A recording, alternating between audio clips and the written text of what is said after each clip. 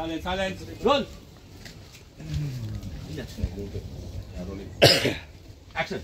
না না আমি সে কথা বলতে চাইনি আপনি খুবই সুন্দর হোল চার্জ দুটো প্যান বললেন আগে থেকে স্টপ স্টপ ঝুলে চামচ করে তুলে এই ক্যামেরা নামা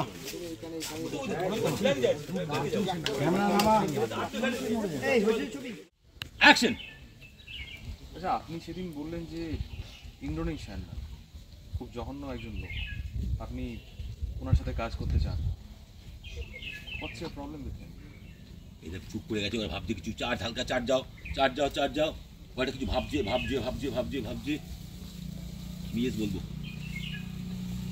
বড় বড় ব্যাস ওকে বড় করো পাটা অ্যাপার্ট কর ডান পাটা হচ্ছে অ্যাপার্ট কর ডান পাটা হচ্ছে অ্যাপার্ট কর অ্যাকশনে বলবি কি হলো বলুন রোল রোল কেবিল সামনে চলে গেছে দ্বিতীয় একটু ডান পায়ে অ্যাকশন সরি ফিক্সড বলি না ফিক্সড রোল অ্যাকশন হ্যালো কি হলো বলুন না কাটো আসলে কিটা গল্প হয় দিদি যাও চলো দিদি চলে যাই কিটা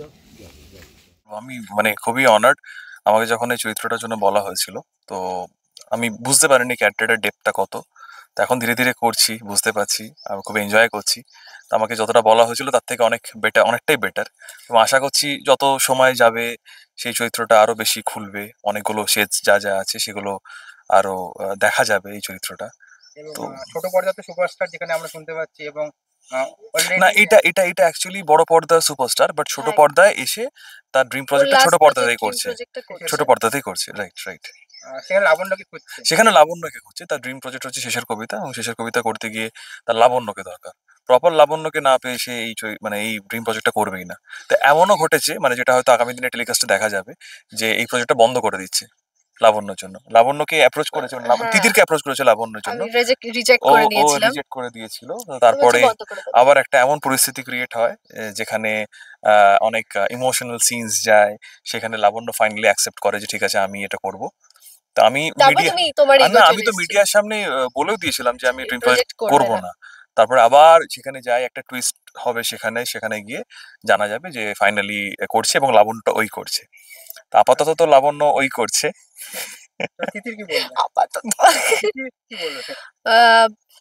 তিতিরের লাইফে অনেক রকমের কি বলে রোলার কোস্টার টাইপের লাইফটা গেছে যেটা প্রথমত ফ্যামিলির সাথে যুদ্ধ করা নিজের কাজের জন্য নিজের ইন্ডিপেন্ডেন্সের জন্য এই সব কিছু তো চলেছে সেখানে কোথাও না কোথাও মাকে একটু বোঝাতে পেরেছে বৌদিও নিজের লাইফে এখন কিছু করছে সেখান থেকে আচ্ছা দাদার সাথে তো মানে চলেই যাচ্ছে মানে সারাক্ষণ কিছু না কিছু দাদা তো করছে এইটা তো হচ্ছে তার সাথে সাথে একটা নিজের পার্সোনাল লাইফ যেটা যাকে ও এত বছর ধরে ভালোবাসতো কলেজ লাইফ থেকে সে হঠাৎ করে একজনের সাথে এঙ্গেজমেন্ট হয়ে যাওয়া সেটা অনেক বড় ধাক্কা তিতিরের জন্য সে তিতির অনেকটাই ভেঙে পড়ে সেখানে ও ভাবছে যে এই কাজটার জন্য হয়তো এইসব হচ্ছে কারণ ওর বাড়িটা খুব কনজারভেটিভ ওরা অনেক রিচ বাট অনেক কনজারভেটিভ ওদেরও এই থট প্রসেস যে বউ কেন কাজ করবে এটাও টলিপাড়ায় কাজ করবে তো এইরকম একটা মাইন্ডসেট ছিল সেখান থেকে তিতির বেরিয়ে যখন দেখলো যে ও ভেবেছিল কাজটা আর করবে না তো যেদিন ভেবেছে যে যাবে এইসব বলতে সেখানে গিয়ে দেখে যে ওর অলরেডি এঙ্গেজমেন্ট হয়ে গেছে তো সেখান থেকে একটা ধাক্কা লাগা সেখানে দুঃখ পাওনি তখন তোমার এঙ্গেজমেন্ট ভেঙে গেছে যখন আমার এঙ্গেজমেন্ট ছিলই না মানে আমার কথা চলছিল ওদের বাড়িতে এবার বলেছে যে কাজ ছাড়তে হবে তো আমি ভেবেছি যে ছেড়ে দেবো এরপরে আর কোনো প্রজেক্ট করবো না এবার গিয়ে দেখছি যে এঙ্গেজমেন্ট হয়ে গেছে কি মনে হচ্ছে যা হয়েছে ভালো হয়েছে যা হয় ভালোর জন্য হয় তিতির বুঝতে পেরেছে লাইফে যে এগোতে হবে কাজটা করতে হবে কাজটা ও সত্যি ভালোবাসে তো সেখান থেকে অরুণ মুখার্জির সাথে দেখা আর এখানে একটা নতুন একটা গল্প শুরু হওয়া কতটা বন্ধুত্ব বা অপশন জাস্ট স্টার্ট হয়েছে আমি তো হার্ডলি কাজ করছি এক মাসও হয়নি হ্যাঁ একটা ধীরে ধীরে বন্ডিং স্টার্ট হয়েছে কারণ কাজ করতে গেলে তো একটা বন্ডিং দরকার আর আমাদেরই সিনস বেশি থাকবে যখন আমার এগুলো থাকবে স্টোরিজ গুলো, কারণ শেষের কবিতা করতে গেলে তো লাবণ্য আর অমিতকে নিয়ে, অমিতকে নিয়ে। তো শুটিং এর মধ্যে একটা শুটিং হচ্ছে বেসিক্যালি। হ্যাঁ, এটা খুব মজার খুবই বিষয়। interesting। সিরিয়ালের মধ্যে আরেকটা সিরিয়াল Serial হচ্ছে। তোমার আজকে যেটা আমরা দেখতে পেলাম যে পার্কের মধ্যে একটা সিন চলছে তোমাদের, হ্যাঁ, সেখানে অনেক কিছু খাওয়া দাওয়া চলছে। হ্যাঁ, সেখানে জিলিপি খাচ্ছিলাম, জিলিপি খাচ্ছিল। ওর মাথাটা খাচ্ছিলাম বেসিক্যালি। অ্যাকচুয়ালি আমার মাথা খাচ্ছিল, যেটা হ্যাঁ। সারাক্ষণই খায়। মানে জিলিপি, ওরা বলতে চাইছে যে মানে ওর ব্রেনটা বেসিক্যালি জিলিপির মতো, তো সেটাই বললো কিন্তু। তো কতটা রেকফুল করছে তোমাকে? না না, আমি সারাক্ষণ একদমই করে লেকপুল করি না, এরা। আমি খুবই ওর সঙ্গে দেখাই হয় না আমার, তো আমি লেকপুলটা করবো কি করে? যতক্ষণ দেখা হয় সেদিন আমি পুরোপুরি জানি যে আই এম প্রিপেয়ার্ড, আজকে আমার ভীষণ লেগফুল হবে। হাইট নিয়ে তো সারাক্ষণ। আহা, আর অন্যদিকে যেটা বলতে মানে সমরেশ মজুমদার যেটা গল্প, এটা এত ভালো একটা গল্প, সেটা নিয়ে স্টোরিটা আস্তে আস্তে এগোচ্ছে, এটা নিয়ে কি বলবে তুমি? না আমরা তো এরকম একটা রাইটারের উপন্যাস নিয়ে কাজ করছি, তাতে আমরা যে তার একটা পার্ট, সেটা আমাদেরই গর্বের বিষয়।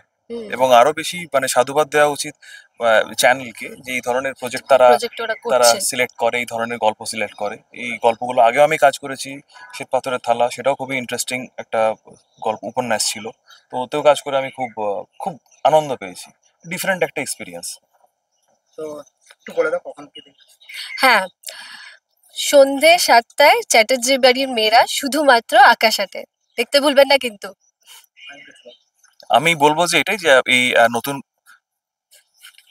ভয় পায়, ভয় পাও না তুমি? আমি তো ভাই ভাই সে ভীষণ ভয় পায়। ওই জন্য আমার ডাইভার্ট হয়ে গেল।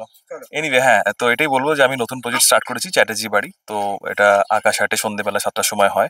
প্লিজ আপনারা দেখুন, আমাদেরকে অ্যাপ্রিসিয়েট করুন, আমাদেরকে আশীর্বাদ করুন, যাতে আমরা এই প্রজেক্টটা বা এই প্রজেক্টের মাধ্যম দিয়ে আপনাদেরকে বিনোদনের আরো ভালো জায়গা করে দিতে পারি।